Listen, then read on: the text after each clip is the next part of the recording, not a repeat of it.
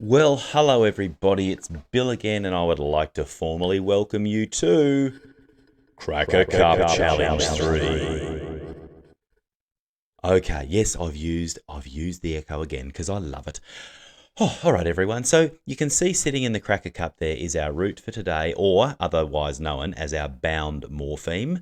And our root or bound morpheme is ject. But before we get into ject, let's make sure that you are ready. Can you please make sure that you have 2 sharp pencils or a pen? Can you have your cracker recording sheet ready to rock and roll when you write your ject rooted words or ject based words? And can you please have a writing book for your stories to do with ject a little bit later on? So have that all set up, ready to go. Okay, without any further ado, let's talk about our new root or bound morpheme for the day, ject. Now, ject is a root or a bound morpheme because it cannot stand alone. You'll only find it in words where it is prefixed or suffixed. So ject cannot stand alone. And the meaning of ject means to throw. So ject means to throw. I'll say that again. Ject means to throw. So can you please, in a minute, when I say go, can you turn to the person next to you and in a full sentence say to them, ject means to throw. Over to you.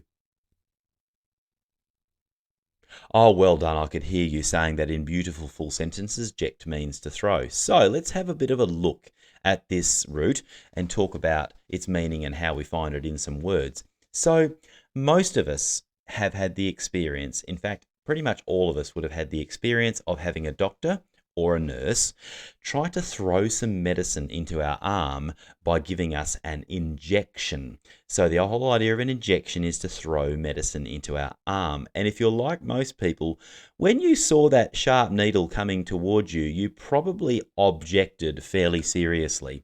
You probably threw against the idea of having that medicine put into your arm with a sharp needle. But as we grow up, we realize it doesn't hurt much. It's just a bit of a sting and we get over it.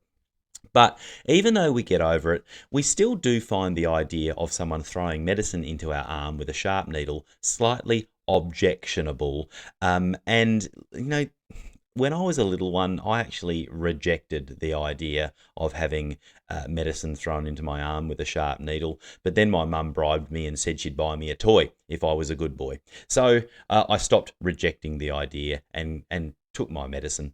Now, here's a really cool fact. That thing that just appeared on screen is a jet. Now, jet comes from the root ject because a jet gets thrown across the sky, usually fairly quickly. And the way it gets thrown across the sky is thrust is ejected, which means thrown out. Thrust is ejected out of the back of these very powerful jet engines on these planes. And if you've ever been in a jet, now I would suggest that no one's been in a jet that looks like that, but you've probably been in a commercial jet. If you've been in a big jet, that jet just can't go wherever it likes in the sky, right? It has to follow a certain trajectory, which means it has to stick to a path across the sky. So the TRA prefix comes from trans, which you know means a through or across. So the aircraft or the jet has to follow a certain path as it is thrown across the sky. So that's trajectory. And also, here's a cool thing. Now, you might be watching this on a large television screen, or you might be watching this on a big screen that has a projector that is throwing this image that you're looking at now onto the screen. So ject is a really important root. We see it in lots and lots of words. Okay, so let's fire up the online word cracker and have a look at some ject words, and we'll write them on our cracker whiteboards as we go. So here we are. We'll make our online cracker full screen. Teachers, you can do this if you like. You can pause the recording here and go along on your own way, or you can follow me. So we're going to morpheme matrices. We're finding ject. Where are you, ject? Hi, oh, there you are, hiding there in plain sight. Okay, so let's build some words and write them on our whiteboards, on our cracker whiteboards. So I've brought down ject, and it's very important we turn on our meanings. But before we turn on our meanings, let's just check the patterning of the end of ject. There it is. So ject has a vowel, consonant, consonant end pattern, and you've seen the little just add tick pop up, which means we can just add any suffixes to the end of ject, and we don't have to worry about doubling a final consonant, dropping an E, or changing an I to Y. So we've got that safe vowel consonant ending, and the farting cow would be very happy with that. Okay, let's turn that off now and turn on our meanings. So there's ject, which means to throw. All right, the first word I want to build is injection. Can everyone, before we do that, can everyone please grab their whiteboard marker, lid off, and write ject, J-E-C-T into the middle of your whiteboard. Well done. So let's bring down prefix in. Can everyone add in to the beginning of your cracker? And let's bring down suffix, vowel suffix, ion. So there's injection, which we've been talking about, which is to throw medicine into a person's body. Okay, so can everyone please chin their whiteboard so we can see that you have properly written injection in the right place? Well done. Okay, let's move to another word now. Now, the objective of this lesson is to learn about and learn to use the root ject. So let's build objective. So objective means what we're doing is we are throwing our effort toward or in the direction of. We're throwing our effort toward the idea of being able to understand what base ject means. So that's where we're throwing our effort toward learning the root ject. So can everyone please, in their whiteboard crackers, write objective, make sure your things are in the right place, and then chin it for your teacher. Okay, let's move that IVE suffix out, and we're now going to build, and we're going to need to use, oh no, we can do it here. So we're going to build the word eject. Now you're noticing you can see the X crossed out because prefix E is a chameleon prefix of prefix EX. But exject is pretty hard to say, so we are using the chameleon prefix E to make eject. Can everyone please now write eject into their whiteboard crackers? Okay, chin it so your teacher can see, please. And let's have a look at the meaning of eject. So eject means to throw out. So if you put your rubbish in the bin, you might say you have ejected that rubbish into the bin. And if you think back to our example of our jet plane, our fighter jet, sometimes things go wrong with fighter jets and the pilot needs to be thrown out of the cockpit into the sky so they can safely float to the ground with a parachute. So that is being ejected out of a plane, thrown out of the plane. All right, well done. So we'll write our last word now. Let's go for another word that was up on screen before. Let's go for project. Can everyone please, into their cracker, write project?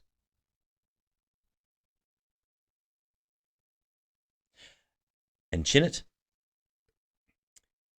Now let's have a look at the word project. It also can be pronounced project. So if we're doing a project or a project, we are throwing our effort in favor or towards something. We're throwing our attention or our work forward towards something. So a project is about work. So we're throwing our effort in a positive direction toward what we want to achieve. So can you please make sure that you wipe your boards? We will get rid of that. And let's now go back to our PowerPoint. Okay, so it's time. It's what you've all been waiting for. It's time for the Cracker Cup Challenge Part 1. All right, so we already know that ject, the root ject, has a safe ending. So teacher, it is up to you now to make sure that you choose a time for your students to work with, and whether you do, and you need to decide whether you're going to have the morpheme matrix for the ject up, or whether you're going to ask your students to try to build ject words from their own internal vocabulary. So students are going to need to make sure that they've got their cracker recording sheet ready to rock and roll, and they're going to have to make sure they've got 2 sharp pencils. So when your time starts, when your teacher starts you off, you are writing as many ject words as you can.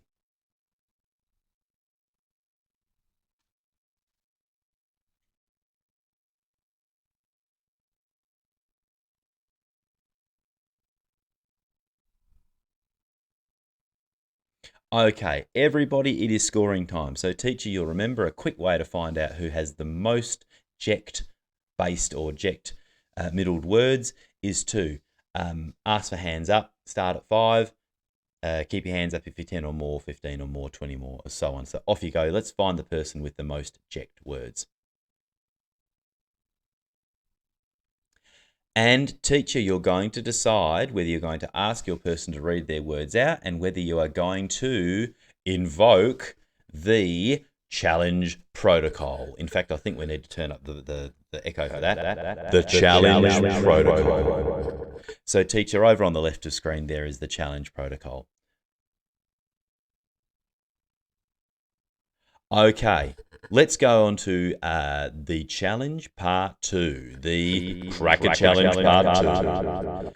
So kids, this is where you have beside you your cracker recording sheet with all of your ject words in it, and you might have been sneaky and added a few extras when you heard the person with the most ject words read theirs out. You might have thought, oh, that's a good ject word, I'll use that.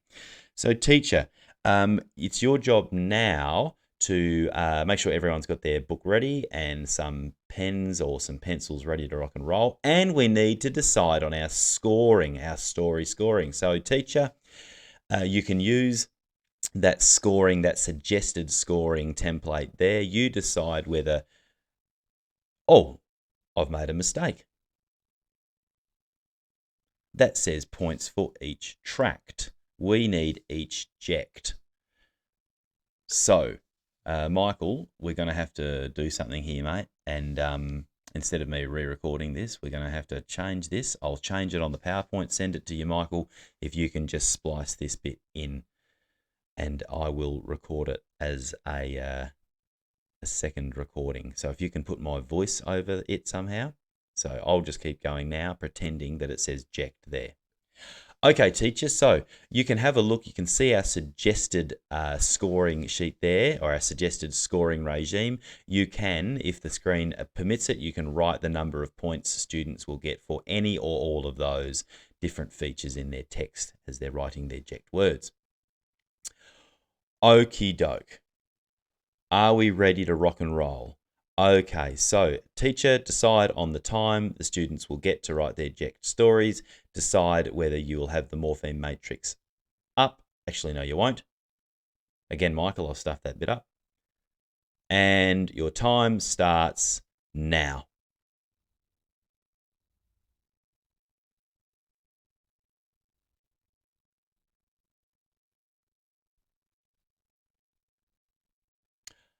Okay, everyone, so how did you go writing your stories with many words containing the root ject? All right, can you please now look at the story scoring template there and take a little time to work out what your score is.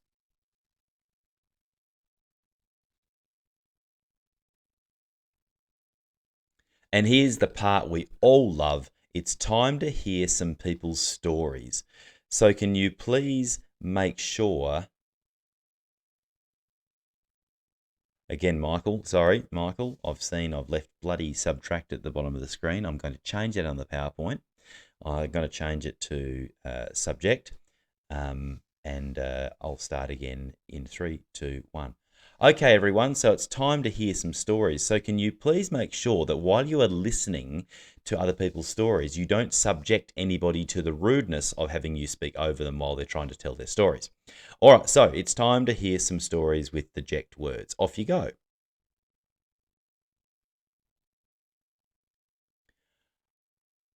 Well, everybody, that concludes our cracker challenge on the base ject, which means, the root ject, which means to throw. So we've looked at lots and lots of different words with that base meaning to throw. So can you all make sure that you please have a cracking day, and I'll see you next time for Cracker Challenge 4.